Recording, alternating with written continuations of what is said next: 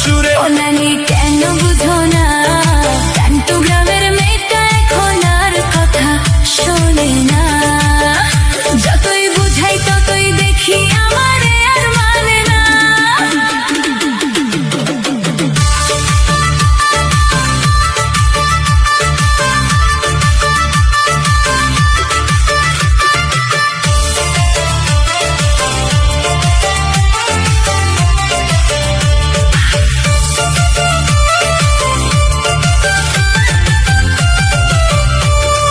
বটতলাতে বসে বসে লিখছি তারি নাম, একটা হাসির আশায় আমি কাটি সকাল সাঁঝ।